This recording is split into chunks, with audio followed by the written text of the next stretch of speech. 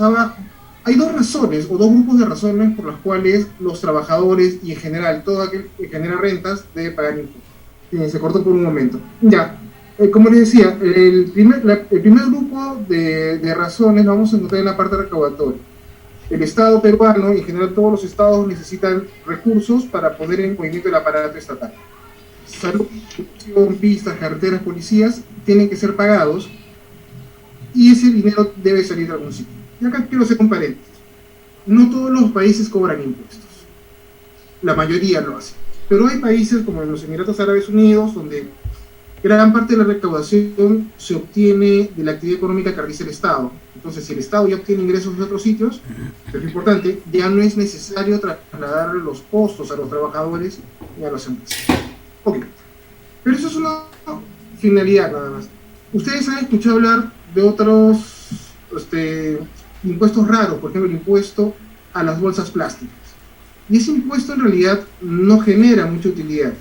Ese impuesto nos lleva a un concepto diferente que son los fines no recaudatorios. Los tributos se cobran también como una medida de política económica porque la idea del Estado es jugar como a las cuerdas. Algunas actividades económicas, por ejemplo la agrícola, tiene menos carga tributaria porque se está promoviendo. Otras actividades económicas, por ejemplo el juego de azar, la venta de cigarros, tienen mucha carga económica porque queremos desincentivar estas actividades.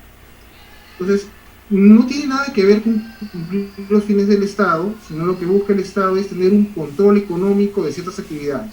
Las actividades que quieren promoverse se cargan con menos tributos y las actividades que quieren restringirse se cargan con tributos diferentes. Otra función de la tributación es que, si se dan cuenta, no todos ganamos lo mismo y lo que se busca es una finalidad solidaria. De cierta manera, redistribuir la riqueza para que de algunos grupos llegue a otros. Hay muchas teorías económicas que señalan de que sin esa intervención del Estado a través de los impuestos no habría un desarrollo económico, ya que la riqueza se concentraría solamente en unas cuantas personas. Y casi al final, bueno, influir en las decisiones de consumo de los contribuyentes. Me avergüenza decirlo, pero yo fumo de vez en cuando. Y cada vez que fumo, el 70% de mi cigarrillo son impuestos. ¿Por qué el Estado le carga tantos impuestos a los cigarros? ¿Ya? Porque como les dije hace un momento, el Estado no quiere promocionar ciertas actividades económicas y las encarece. El primer ejemplo que encontramos son los cigarrillos, las bebidas alcohólicas, el juego de azar, que tiene cargas tributarias bastante altas, ¿ya? Y ¿cómo se llama? Esto hace, como decía, funciona como un mecanismo de control, de dirección de la economía. Y finalmente, hace unos años, el gobierno peruano es un pionero en esto, ha utilizado los impuestos para controlar otros impuestos. Está muy de moda en estos días la discusión sobre el secreto bancario. Entonces esto ya en el año 2005 había sido superado mediante el cobro de un impuesto a las transacciones económicas. SUNAT no necesitaba ver los movimientos. ¿Por qué? Porque cada movimiento generaba una huella, que era el impuesto. Entonces, pagando el impuesto, SUNAT entendía cuánto la riqueza movía a la gente en él. Ahora, todo esto que ven acá solamente busca una cosa: legitimar que el Estado nos meta la mano al bolsillo. Vuelvo a insistir, la pregunta es, ¿qué estamos pagando con los impuestos? Y acá viene un cherry a favor del Estado y de la SUNAT. Puede parecer injusto el pago de impuestos, podemos pensar, subrayo, solamente pensamos, que las cargas tributarias son injustas, pero a decir verdad, sin el pago de los impuestos habrían cosas con las que no contaríamos y que son necesarias.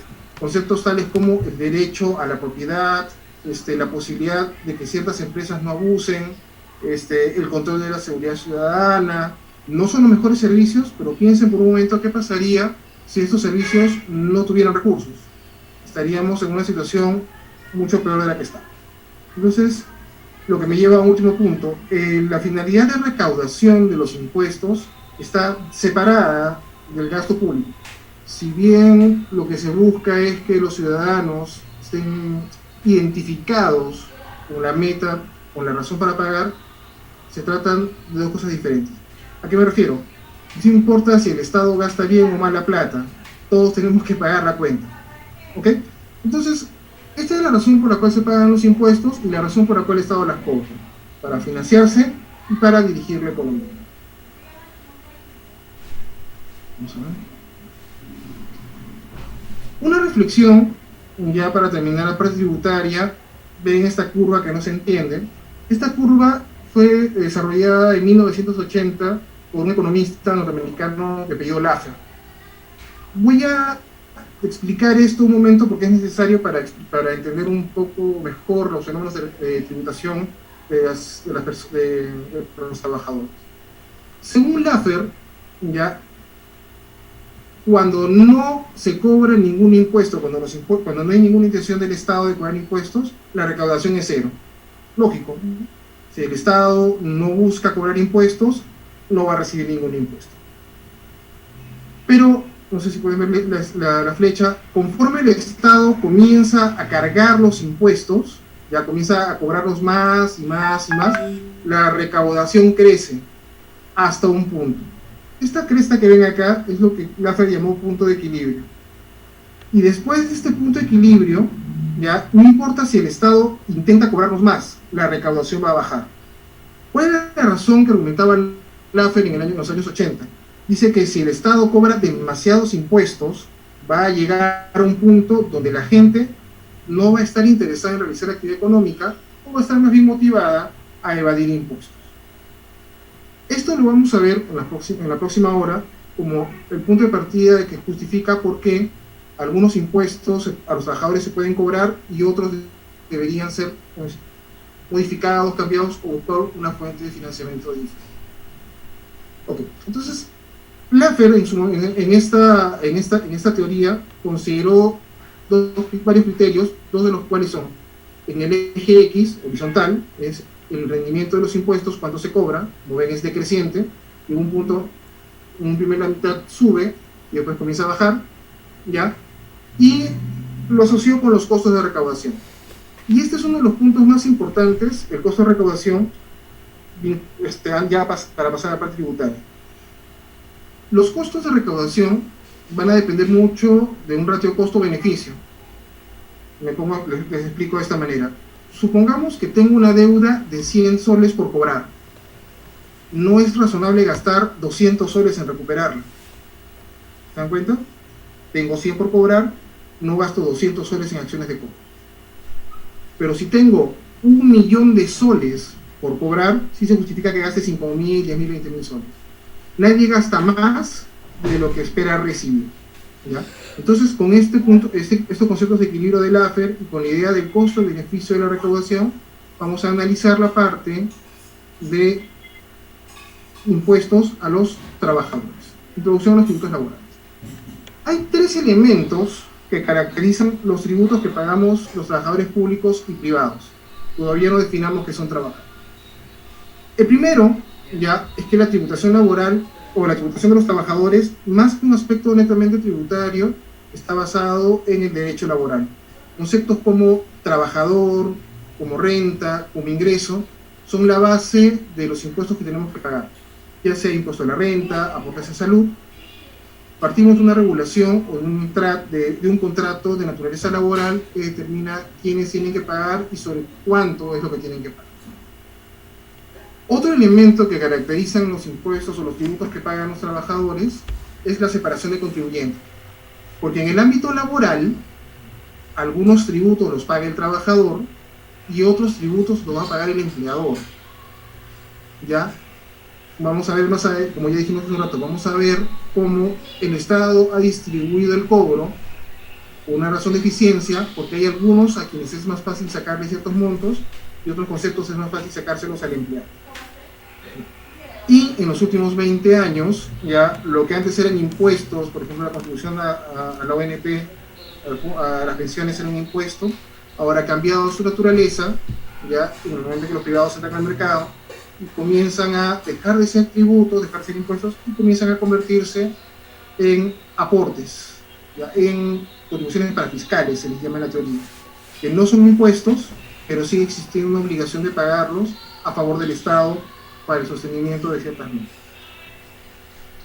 Espero no estar yendo muy rápido, siempre me acusan de hablar demasiado rápido, así que si alguien tiene alguna consulta por el chat, La pueden ir planteando y mientras seguimos avanzando con esto. Ok, ahora, estamos hablando de trabajador, ya, o de impuestos para los trabajadores, y un elemento básico que debemos analizar es quién es un trabajador.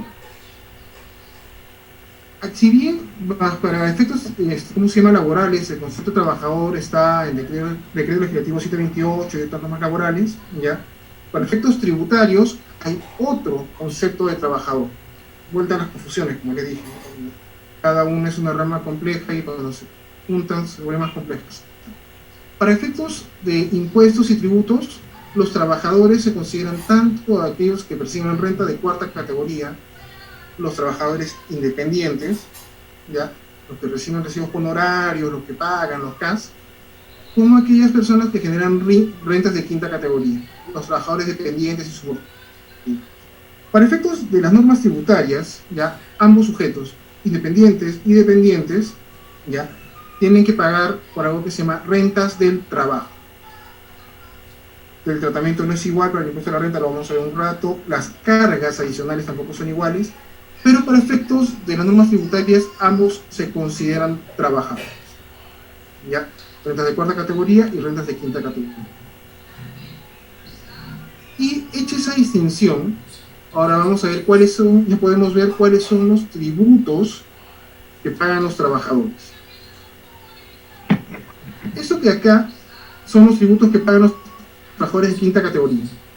Pagan aportes al Sistema Nacional de Pensiones o aportes al sistema privado de pensiones, ¿ya? Esto hace 20, 25 años, como decía, era considerado un impuesto, un tributo, ¿ya? Sin embargo, ahora que hay actores privados, como les dije, ha perdido su naturaleza y se vuelven más unas contribuciones parafiscales, una obligación, un pago, la palabra técnica es una exacción que se debe pagar por mandato legal y cuyo destino es mandatorio, ya justamente por mandato legal y se puede cobrar de manera particular. Quiero que vean acá de que estos aportes ya no son, o sea, son de carga del mismo trabajador. Al trabajador se le va a descontar de la remuneración que percibe, de los ingresos que percibe, y ese descuento es retenido por el empleador y es transferido a los acreedores, ya sea la ONP o el Fondo Privado de Pensiones.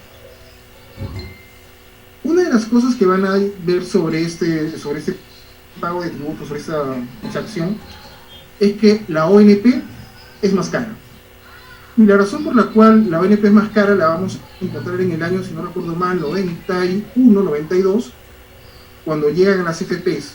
Lo que buscaba el Estado era promocionar o promover que los trabajadores se trasladaran a las FPs, y una manera de promocionar esto era reduciendo los descuentos. Los descuentos ya se están casi igualando porque a consecuencia del aumento en el pago de los seguros asociados a las AFPs, ya casi ambos pagan lo mismo. Ya con paréntesis adicional sobre la diferencia entre uno y otro sistema. En ambos casos, ya la justificación para el descuento al trabajador es el mismo: cortarle un pedazo de la remuneración para hacer un fondo. Eso es igual en ambos casos. ¿En qué se diferencian? En que este fondo, en el Sistema Nacional de Pensiones, es un fondo colectivo de todos los trabajadores actuales y los trabajadores pasados, que ahora son pensionistas. Una especie de gran bolsa donde los que están ahora subsidian el trabajo de personas que aportaron antes. En cambio, en el sistema privado de pensiones, estos descuentos ya van también a un fondo, pero son fondos individuales. Estos fondos individuales generan rentabilidad en el tiempo y son reclamados al finalizar la relación laboral, bueno, la última relación laboral. Aquí está, pueden pararse y mañana hay comprar otros más. ¿Qué lo vamos a utilizar? No traigas al oscuro, hijito, ahí está la rata. ¿No? Sí, por favor, si pudieran apagar el micrófono un segundito, gracias. Ya. Otros descuentos, y eso sí ya son tributos que se generan, son los aportes a salud. Si se dan cuenta, el aporte de salud es una carga sobre el empleador. ya no es el trabajador el que lo paga, sino es el empleador. Es decir, que si el empleado gana 100 soles, la regla implica que 9 soles adicionales son puestos por el empleador y entregados a esa salud. La finalidad de este aporte es mantener un sistema de salud, un sistema tanto activos como por enfermedades, a partir del cual los trabajadores puedan, ser atendidos. La razón de que este sistema funcione, o que se nos imponga este sistema, es que si bien en este momento no necesitamos acudir a un sistema de salud, en el futuro sí vamos a tener que acudir, y los gastos pueden ser caros. Entonces lo que buscan estos aportes es, la palabra clave es distribuir el costo. Todos pagan y el rendimiento es utilizado por aquellas personas que lo necesitan en ese momento, ¿ya? Este aporte de salud funciona en paralelo con los servicios de salud que brinda el Ministerio de Salud, ¿ya? Mientras uno es un seguro que es aportado y es financiado, el salud depende de los recursos que el Estado pueda facilitar. Uno funciona más o menos y el otro funciona algo peor. Ahora, los aportes a salud ya no tienen un porcentaje igual para todos, no se le cobra lo mismo a todos.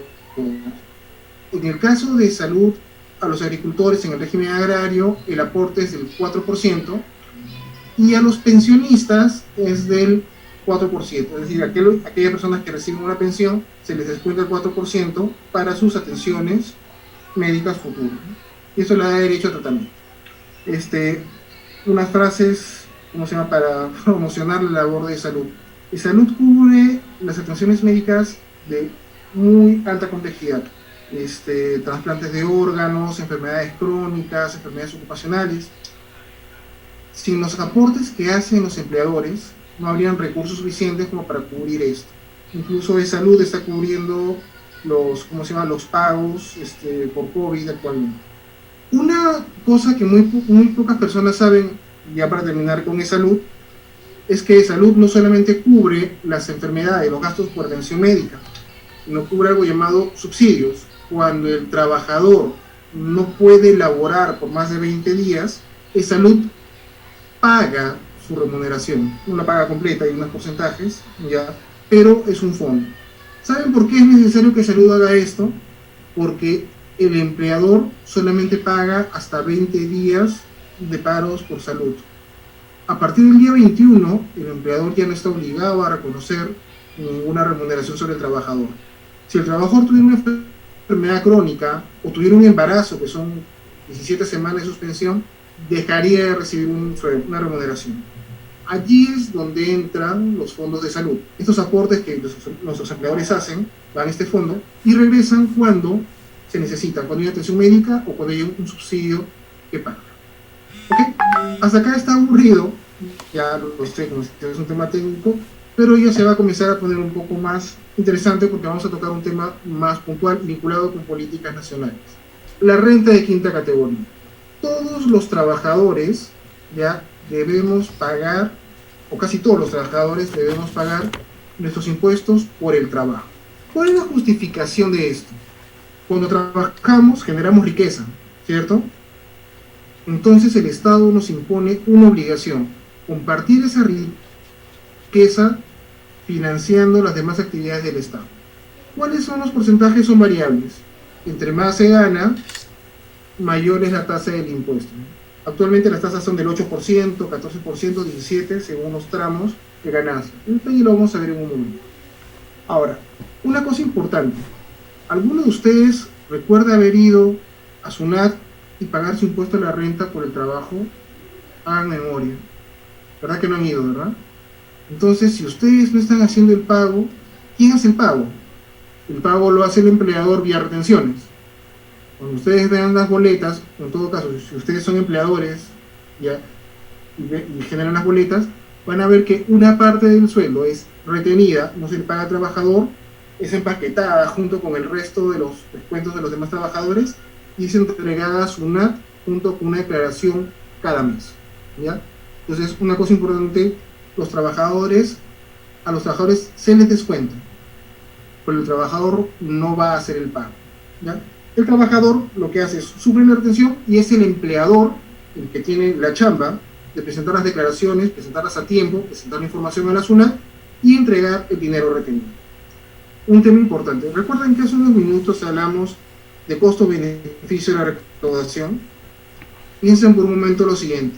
Piensen que el trabajador recibe su sueldo completo. ¿Ustedes creen que el Estado confía en esos trabajadores para que después vayan todos los meses a pagar su cuota? No, verdad que no, ¿no? Estamos hablando de aproximadamente unos 6 millones de personas que reciben remuneraciones desde hasta 20.000, 30.000, 40.000 soles.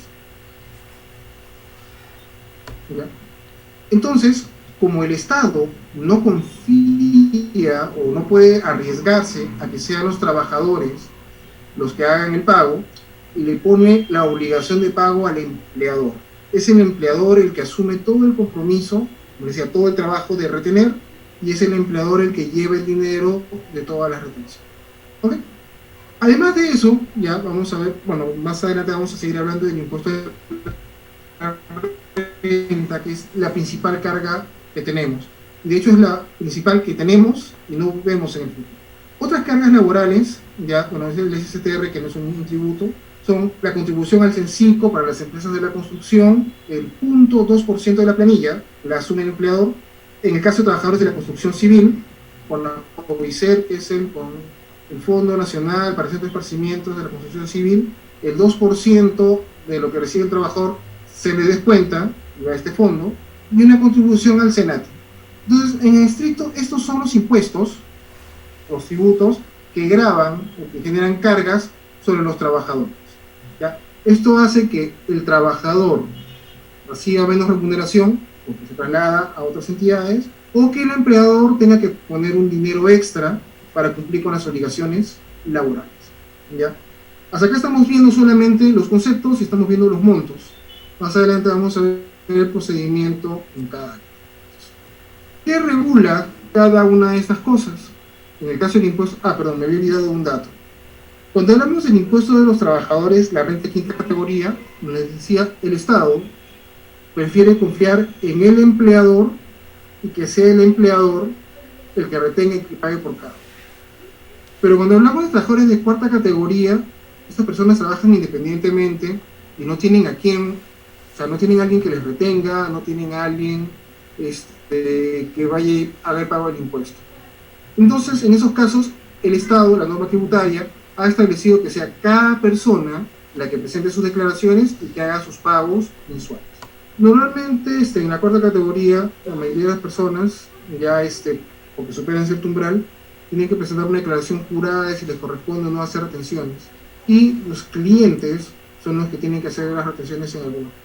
Pero en estricto, es el trabajador independiente el que asume la obligación.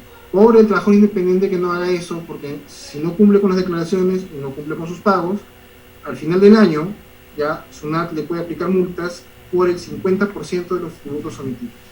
Además de obligarle a pagar el impuesto, le pone una multa adicional. Algo que vamos a ver que no es precisamente muy razonable. Ok, ahora ya podemos hablar, ya que conocemos los impuestos, los tributos que se aplican, ya podemos hablar de la base legal y a quién qué paga. El impuesto a la renta es una obligación regulada por el Código Tributario, en la Ley Especial del Impuesto a la Renta con su reglamento, y el acreedor es SUNAT. Si es renta de quinta categoría, la paga el empleador, y si es renta de cuarta categoría, es cada trabajador independiente quien va a realizar el pago. El caso de salud tiene también regulado por el Código Tributario, ¿ya? Y es el empleador el que pone en su bolsillo, presenta declaraciones simultáneamente a salud y a SUNAT. Actualmente, con el PLAME, ya todo está consolidado y toda la información se entrega a SUNAT, y con esa información SUNAT determina cuánto es lo que se tiene que pagar. El caso de las pensiones no son precisamente tributos, pero también son extracciones, ¿ya? Si es ONP, es un pago al Estado, se regula por el Código Tributario y se le paga a la ONP, SUNAT hace la cobranza proactiva.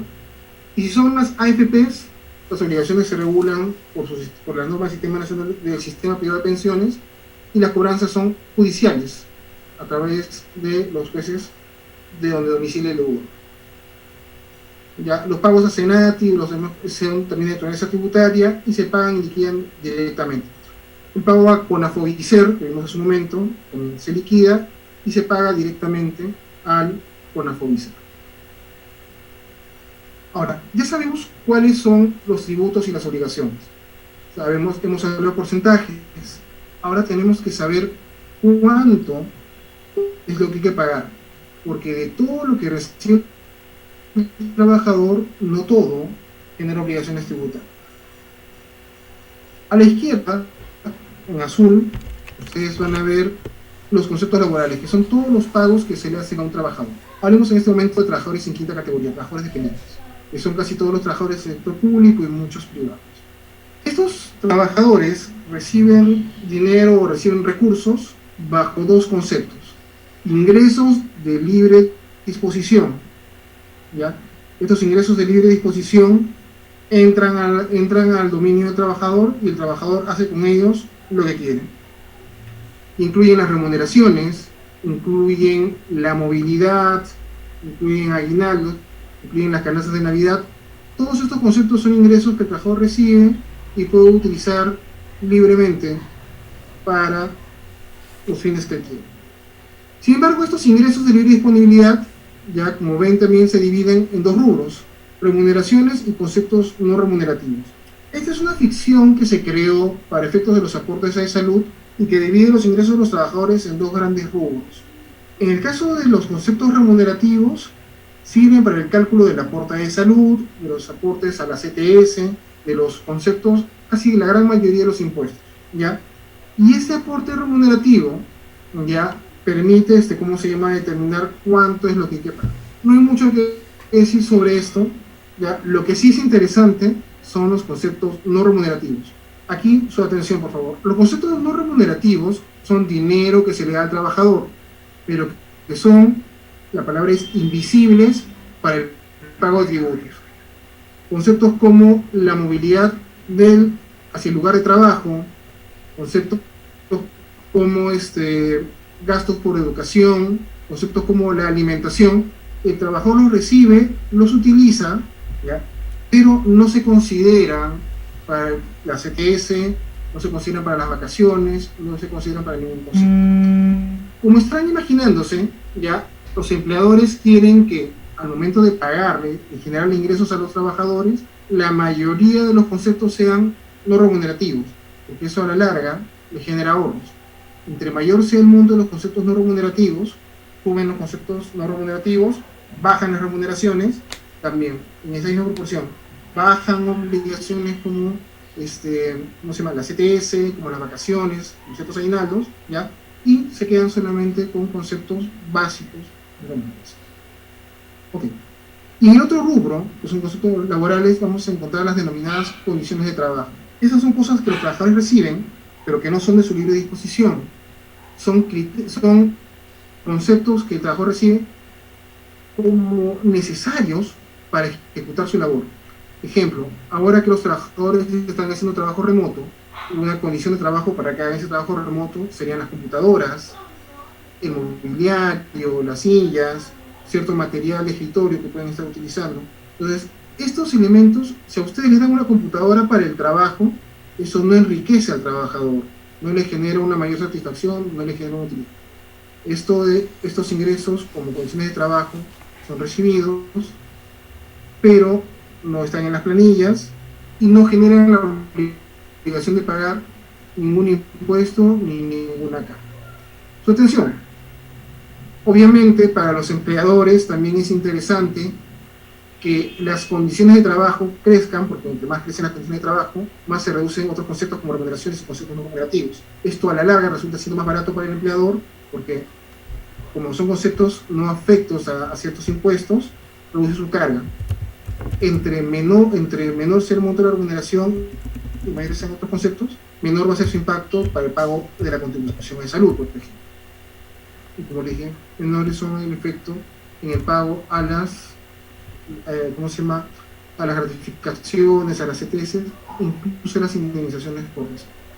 Ok, entonces, y sería también un tema para discutir en otra oportunidad, vamos a ver de que los impuestos que se le pagan, los impuestos que afectan a los trabajadores públicos o privados, no tocan la totalidad de sus ingresos, sino solamente ciertos ingresos, cierta parte de los ingresos que perciben, que por mandato legal califican como de libre disponibilidad.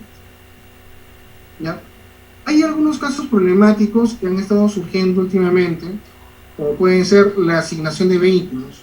Un vehículo que se le entrega a un trabajador, ¿será una condición de trabajo? ¿Será una remuneración? Les pongo un ejemplo. Una persona, un trabajador, un gerente, ya sucedido, es un caso real, recibía un Audi de $200.000. Claro, porque era el gerente, ¿no? Entonces, la empresa lo hacía pasar como un concepto normativo porque era una condición de trabajo, ¿ya? En consecuencia, no servía ni para el cálculo de los beneficios laborales, ni para pagar impuestos, ¿ya? Y el empleador utilizaba para deducirse atrás. Con el tiempo, SUNAT determinó, y eso fue alrededor del año 2010, de que muchas empresas estaban comprando vehículos caros para dárselos a los gerentes y a los dueños. Y pronto se pusieron a pensar, ¿es necesario para el desarrollo del trabajo que estas personas tengan vehículos tan caros? Y se estableció una regla, si no recuerdo mal, la regla ahorita es que ningún vehículo puede exceder el valor de 75 ITs. Y si exceden ese monto, se consideran que ya no es una condición de trabajo, sino que es parte de la remuneración del trabajador, ¿ya? Un tema súper complicado. Y otro problema que se está presentando actualmente son las computadoras. Muchos trabajadores han recogido las computadoras de su trabajo para hacer trabajo remoto, pero se le ha ocurrido liderar a SUNAT de que estas computadoras solo son usadas para el trabajo durante 8 horas al día, y que el uso más allá de las 8 horas genera un enriquecimiento para el trabajador. En consecuencia, tiene que pagar impuesto a la renta por ese enriquecimiento que percibe. Bueno, la teoría, el concepto en SUNAT todavía está cuajando, todavía no emite ninguna directiva, pero pone en evidencia cómo tanto los empleadores como los trabajadores, como la misma SUNAT, tratan de manipular estos conceptos, ¿no? Unos para pagar menos impuestos y otros para pagar más. ¿Okay? Aquí vamos a hacer una pequeña pausa para las preguntas. Como decía, a veces me han dicho que hablo muy rápido. Lo importante acá es que vayamos entendiendo los conceptos y vayamos haciendo los pagos. Y van organizándose para el funcionamiento del sistema tributario. ¿Okay? ¿Hay preguntas? Es una de las cosas a las cuales todavía no terminé de acostumbrarme. Cuando las clases eran presenciales, los alumnos podían ver las caras de todos.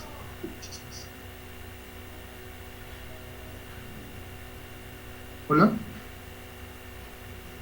Es decir, cuando las clases eran presenciales uno podía ver la cara de todos y era más fácil saber si se estaban aburriendo, si había alguna pregunta suelta. Bueno, en fin, no veo preguntas en el chat, no veo manos levantadas. Continuamos.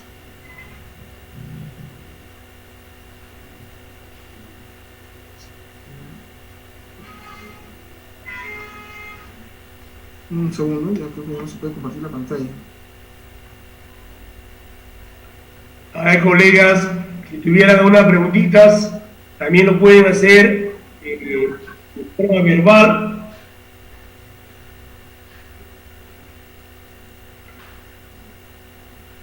O a través del chat. Lo que quisiera preguntar, mi querido señor expositor Kanashiro, es que usted nos haga... Por favor, parece...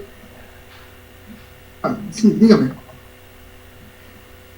Lo que quisiera preguntar, no antes que preguntar, solicitar, haga usted un comentario crítico sobre el sistema tributario en el Perú.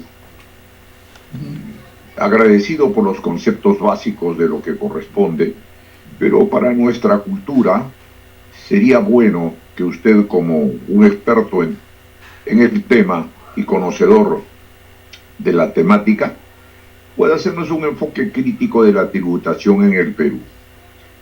Yo, por ejemplo, le digo algo.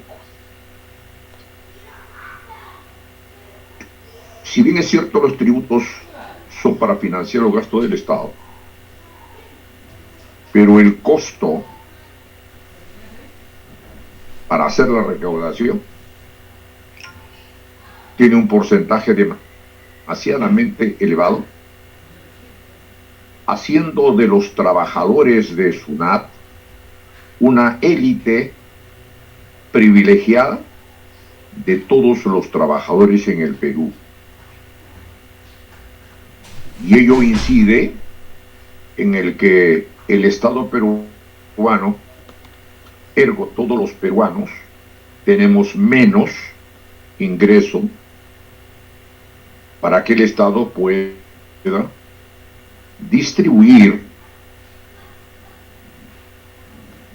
en la atención de los problemas básicos, el cual está comprometido efectivamente lo que es salud, lo que es educación y seguridad, que el cual sería muy importante también hacer un enfoque crítico si los recursos del Estado efectivamente se están utilizando correctamente para que el Estado pueda cumplir sus funciones básicas, como en las actuales circunstancias que vive el Perú. Tenemos una crisis sanitaria y la crisis sanitaria exige pues una estructura de atención sanitaria que no solamente es infraestructura física e infraestructura de equipamiento, sino infraestructura de recursos humanos, que vemos toda una problemática. Entonces la reflexión y la crítica va: ¿estará mal utilizados los recursos del Estado? Entonces, quiero un enfoque crítico dentro del enfoque que le estoy indicando. Muchas gracias, señor expositor. Perfecto. Justamente hay una discusión que no es en el Perú, sino en el global, sobre si lo que se recauda se gasta eficientemente. Entonces, ya hace unos 20 o 30 años, una organización que se llama el CIAT, que es el Centro Interamericano de Administraciones Tributarias, planteó a todos los países miembros la siguiente premisa: recaudación y gasto se divorcian, lo separan. Esa es la trampa que nos han vendido para recaudar, meternos la mano al bolsillo y gastar, y que los dos temas no se vean, ¿no? Por eso ahí tenemos unos problemas de ineficiencia de gasto. No podemos condicionar el pago del tributo a que el Estado gaste mejor. Como decía, es parte de una trampa. Ahora, ¿qué es lo que pasa? Efectivamente, tenemos un problema grave con lo que es la eficiencia de la recaudación. Sin embargo, el problema es de que cobrar es tan caro porque somos un país muy informal, y no estoy defendiendo las nuevas normas sobre, ¿cómo se llama?, acceso a la información del secreto bancario, pero como tenemos mucha economía en negro, ya informal, hay muy poca gente que está dispuesta a pagar tributos. A todos los formales de una u otra manera pagan impuestos, los informales los evaden casi totalmente. Entonces la obligación tributaria se divide entre pocas personas, empresas, unos cuantos ciudadanos como nosotros, y somos nosotros los que somos visibles quienes tenemos que asumir la totalidad de la carga tributaria. Antes de que me digan que los informales son gente pobre, ¿ya?, yo les voy a decir lo siguiente: ¿estamos seguros de eso? Entonces, el problema que tenemos como recaudación, ¿ya?, se debe a que no todos estamos recaudando, y no sabemos, el Estado no sabe cuál es el potencial en la zona oscura, con estos números negros. Efectivamente, SUNAT considera como una élite, pero yo he trabajado 13 años en SUNAT, y allí hay de todo. Hay trabajadores con sueldos muy, muy altos, trabajadores con sueldos muy, muy bajos, pero el común denominador es que todos ven como un mérito tratar de sacarle más dinero al contribuyente, y se han dado casos bastante tristes. Les voy a comentar un caso que vi hace como 10 años, ya separándome un poco de ese tema. Era una persona que tenía un pequeño local como de 40, 50 metros cuadrados, y había implementado una peluquería. Pero como 50 metros cuadrados es muy grande para la peluquería de una persona, él había puesto varios asientos y alquilaba cada posición a distintos peluqueros.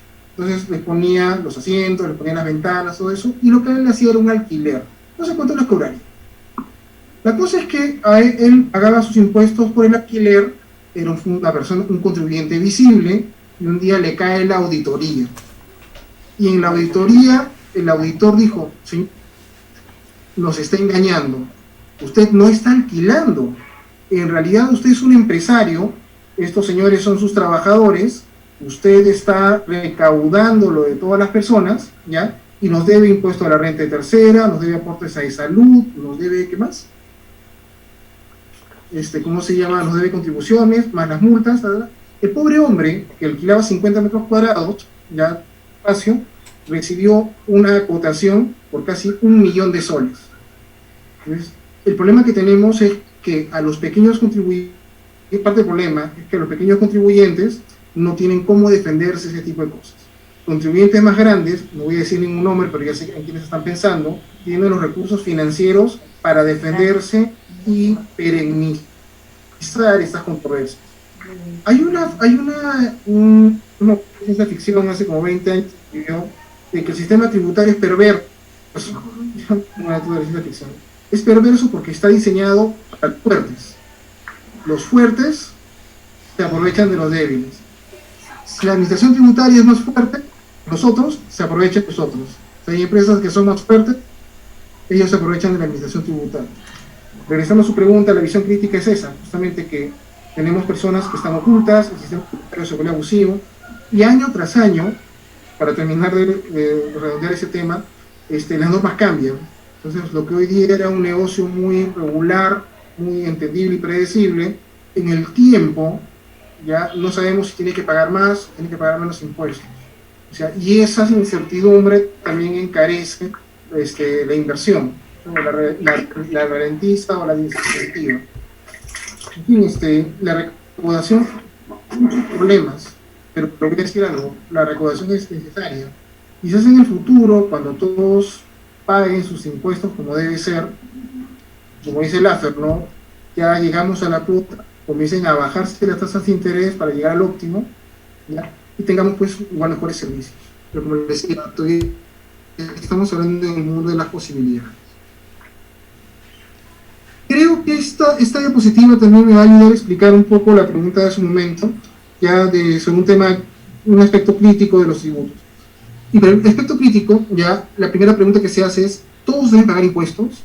Es decir, la persona que vende galletas en la calle debe pagar impuesto a la renta, el empresario que gerencia una transnacional debe pagar impuesto a la renta. En el sistema peruano, ya partimos de la premisa que no todos deben pagar impuestos, e incluso entre quienes los pagan, no todos pagan el mismo monto. Lo primero es lo siguiente. Imaginemos a esta persona que vende galletas en los micros, en las esquinas. Esta persona ganará mucho, ganará poco, bueno, ganará poco seguramente, ¿no? Lo que gana le alcanzará para vivir, posiblemente no. El sistema peruano ha desarrollado un concepto que se llama mínimo no imponible, que es la cantidad mínima de dinero que una persona necesita en el año para poder subsistir. Este monto mínimo no imponible, al día de hoy, año 2020, que es para la declaración de este año, ha sido fijado en 7 unidades impositivas tributarias. Traducción al castellano simple. Toda persona que en el año gane menos de 7 UITs no paga impuestos. No tiene que compartir con el resto de ciudadanos.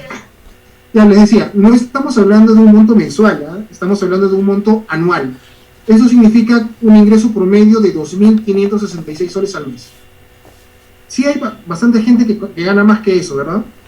Ya, todos los que ganan más que eso, tenemos que pagar impuestos a la renta. Acá abajo a la izquierda van a ver justamente las personas que ganan 0, 1, 2, 3, hasta 7 UITs. Estas personas, 0 carga tributaria, no pagan impuesto a la renta. ¿Ya? ¿Ok?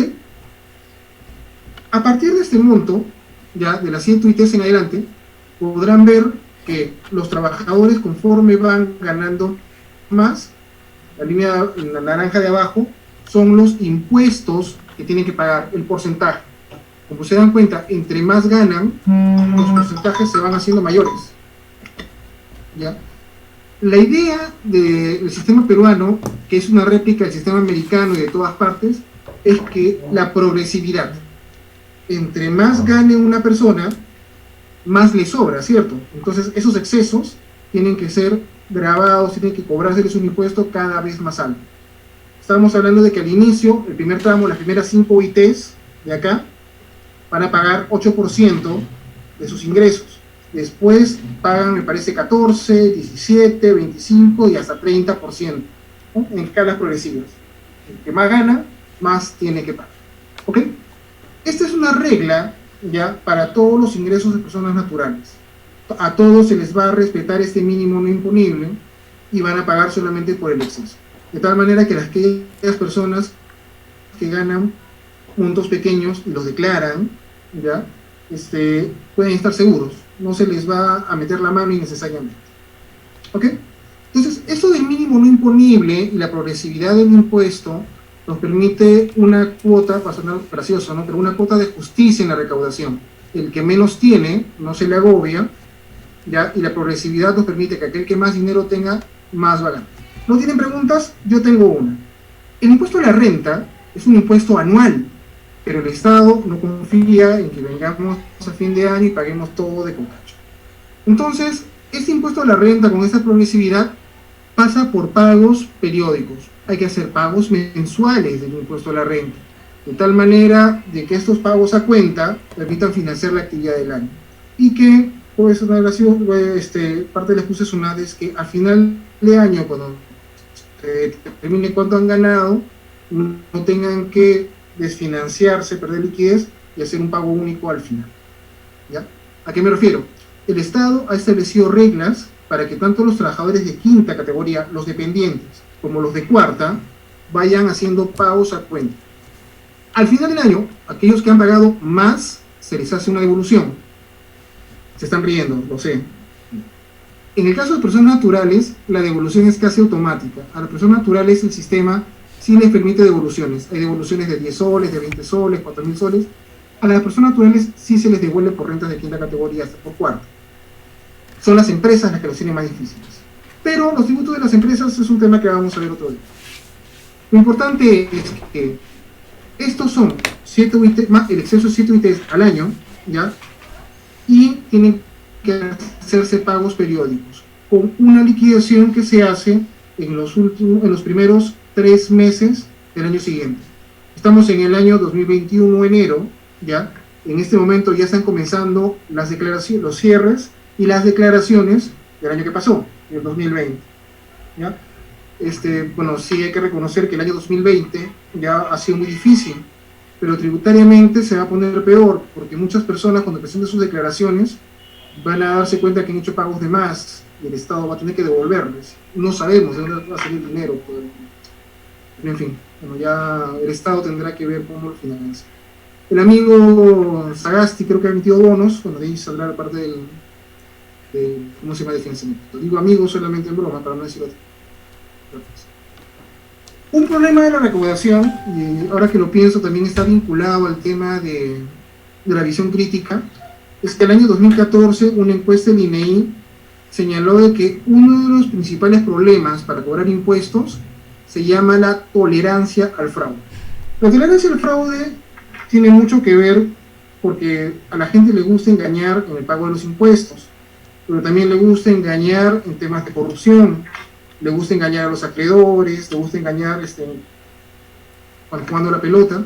Entonces, según el INEI, la tolerancia del peruano al fraude ya establece que este 54% de peruanos que toleran el fraude, ya, ¿qué hacen? Simulan menores ingresos, simulan tener mayores gastos para pagar impuestos, para pagar los impuestos, simulan información o son tan avesados que están pasando su economía y sus recursos del mercado formal, financiero y demás visible, y lo están pasando a otros mecanismos. Y aquí algo que vamos a ver, que va a dar mucho que hablar, yo calculo que en unos 30 o 60 días. ¿Han escuchado hablar del concepto fintech? Que son las empresas financieras de tecnología, estas que están reemplazando a los bancos. En 30 o 60 días, recuerden mis palabras, comenzarán a aparecer fintech que simulan bancos. Van a ser tipo tarjetas prepago, y con esas tarjetas prepago ya van a poder hacer pagos, van a poder comprar productos, van a reemplazar un poco a la tarjeta Visa. Eso. ¿Cuál va a ser la diferencia con las tarjetas de los bancos? Que estas van a ser totalmente anónimas. Y es justamente la reacción ante la política del Estado de querer ver las operaciones bancarias que tenemos. Un problema de la recaudación, como les dije, regresando al tema del AFER, es que cada acción incorrecta que haga el Estado va a generar una reacción en los contribuyentes que se sienten amenazados. ¿Ya? Lo digo para pagar más o menos impuestos. Hay una amenaza. Entonces, estas amenazas comienzan como bola de nieve a generar nuevos mecanismos y comienzan a blindar a los contribuyentes. Y el efecto es una baja en la recaudación. Como vimos en la curva del AFER, entre más presiona la curva X, ¿no? Entre más presiona T1, TX, T3, Tmax, de más presiona el Estado, ya para cobrar los impuestos, pudiera hacer que la recaudación se reduzca, porque la gente o se vuelve más informal, hace invisibles sus ingresos, o, ¿cómo se llama? Simplemente se desanime y seguir realizando actividades económicas. Igual, la recaudación cae. Entonces, sí es cierto de que hay una situación de equilibrio. Regresando al tema de los trabajadores, ya, que levante la mano el que quiere regalar su plata. No los veo, pero estoy seguro que nadie levantó la mano. El día de hoy, o sea, en general, en estas épocas, que las personas naturales paguen impuestos, se considera casi como regalar la plata. Porque no estamos viendo ese dinero que le damos al Estado revierta. ¿Ya? Yo no soy muy partidario de SUNAT, pero quiero hacer una aclaración sobre eso. No lo estamos viendo porque no queremos verlo. Los impuestos siempre están ahí. Una parte se gasta mal, pero recuerden que los impuestos nos han permitido cosas útiles, como por ejemplo, tener el concepto de propiedad.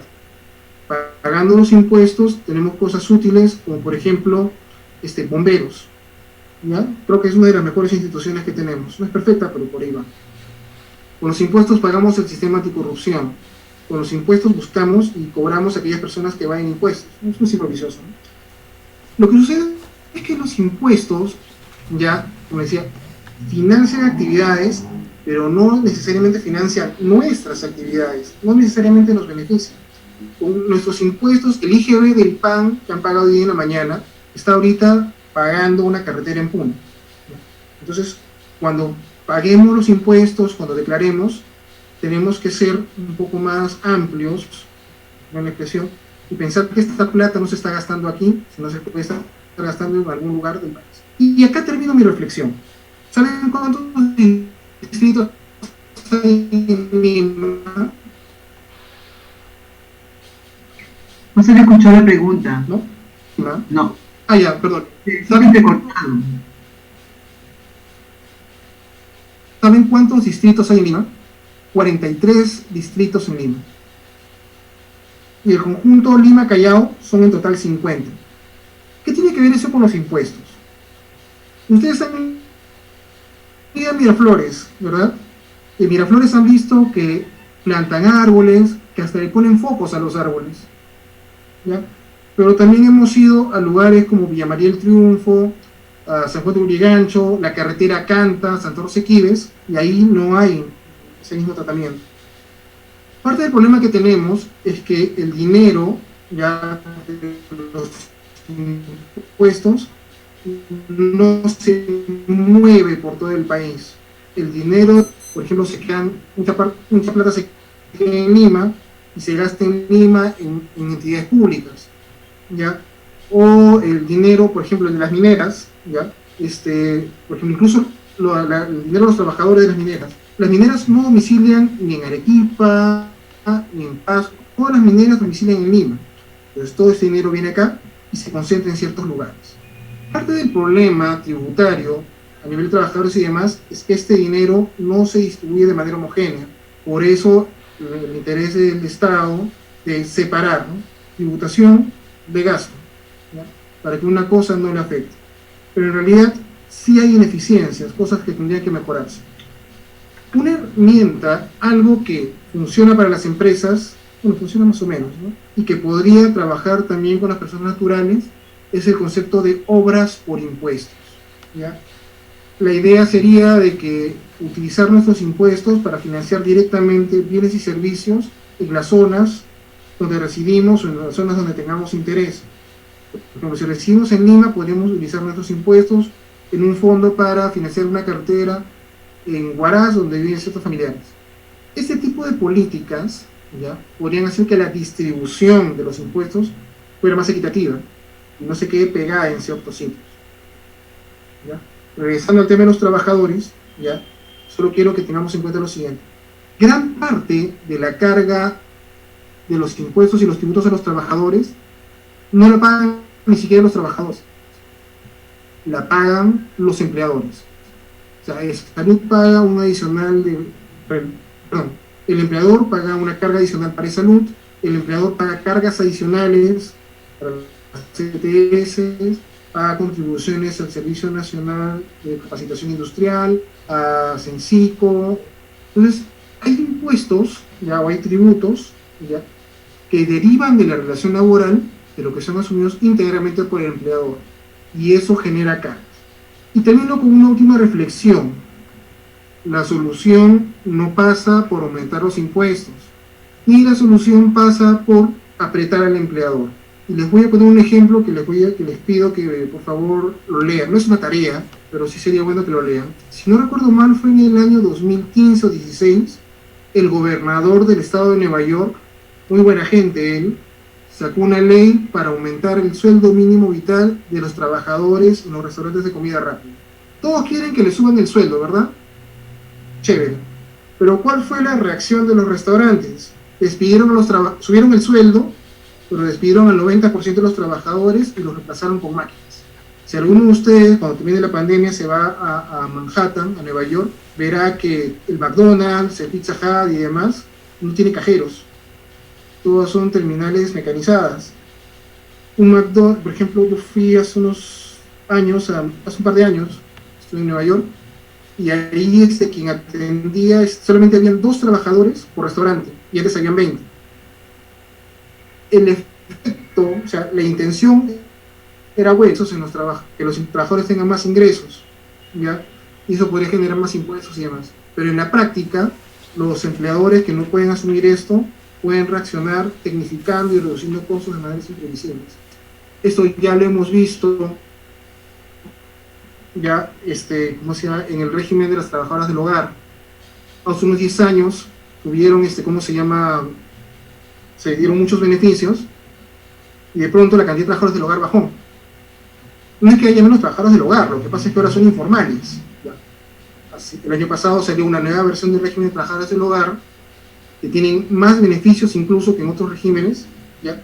Y la cantidad de según el INEI, ¿saben cuántas trabajadoras del hogar había en todo el Perú en diciembre del 2020?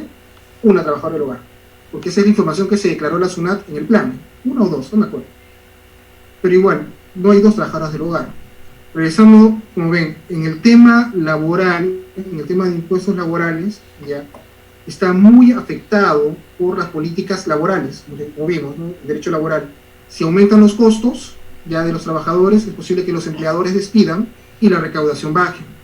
Es posible que dando menos impuestos por el trabajo, las empresas estén más dispuestas a reinvertir el ahorro y generar utilidades en otros rubros. Eso es lo que justificó en su momento el régimen agrario, ¿ya? Es lo que ahora justifica el régimen MIPE. Eventualmente, ya, les voy a contar un secreto. La teoría de Laffer sobre esto de entre menos presión suena bien en papel, pero no hay análisis matemáticos que digan cómo podemos encontrar este punto de equilibrio, ¿no?, de máxima recaudación. Todavía es, gracias decirlo, ensayo y error. ¿Ya? Hay que ir tanteando y buscar en qué lugar podemos tener el mejor punto donde tengamos la máxima recaudación, pero también con la mayor rentabilidad económica. ¿Ya? No olviden, los impuestos también generan efectos económicos. Cuando le pusieron más impuestos a los cigarros, he tenido que fumar menos.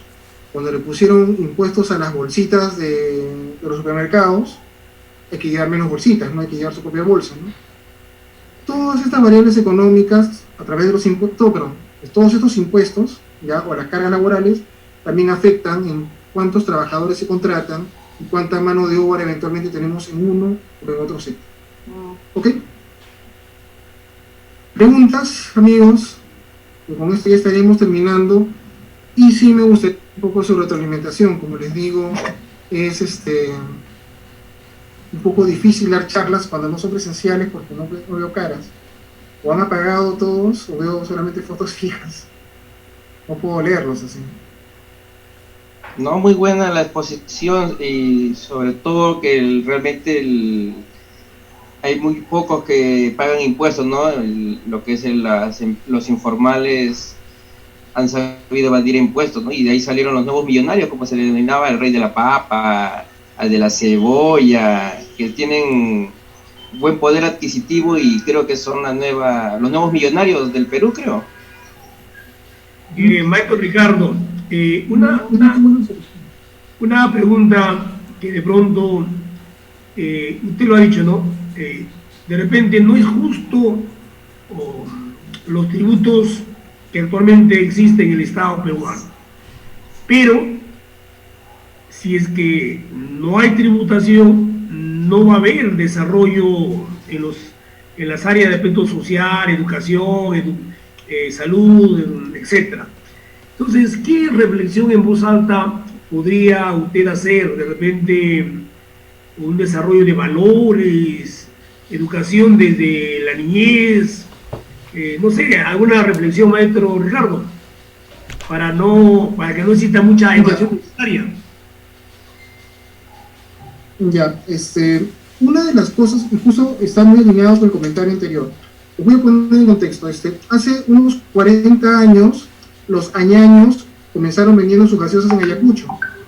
Vendían en botellas de cerveza de terceros. Si eso lo hicieran ahora, los clausuran y les cae su multazo.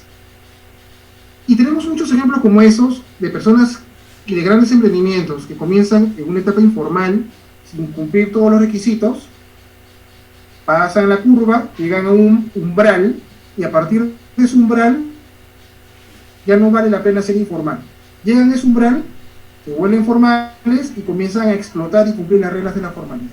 Quizás lo que deberíamos tener para las personas jurídicas, para los empresarios, para los trabajadores ya de nuestra edad no, pero quizás para las personas que están recién incorporándose al mercado laboral, deberíamos tener una moratoria. Los pequeños emprendimientos, hasta por cierto monto, deberían tener una tasa del impuesto a la renta de 1/4 parte de lo que tienen las empresas actuales. Porque a mí no me interesa que esas empresas paguen impuestos. A mí lo que me interesa es que esa empresa sea sostenible en el tiempo. Ya cuando sea sostenible y esté bien agarradita en el mercado, ya comienza a pagar, ¿no?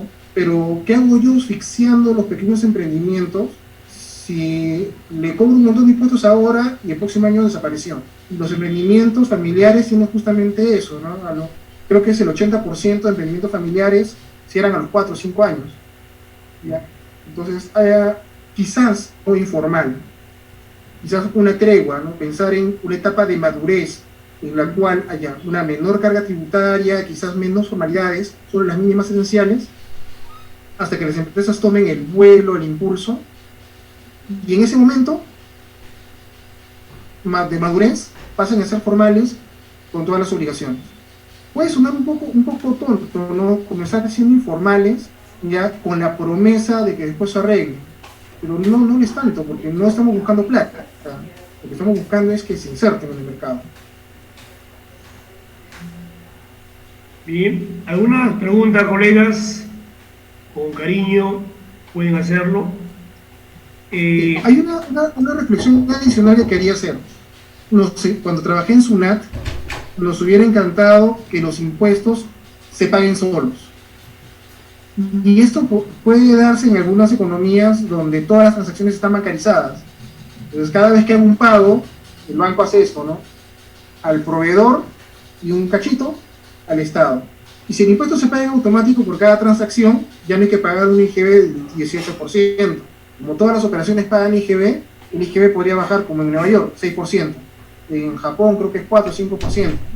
Pero porque todos pagan, ¿ya? Porque no hay gastos de recaudación. Algún día llegaremos a eso, ¿no? Pero mientras tengamos que seguir confiando, ¿ya? En realidad no confiamos, ¿no? Pero partimos de eso, ¿no?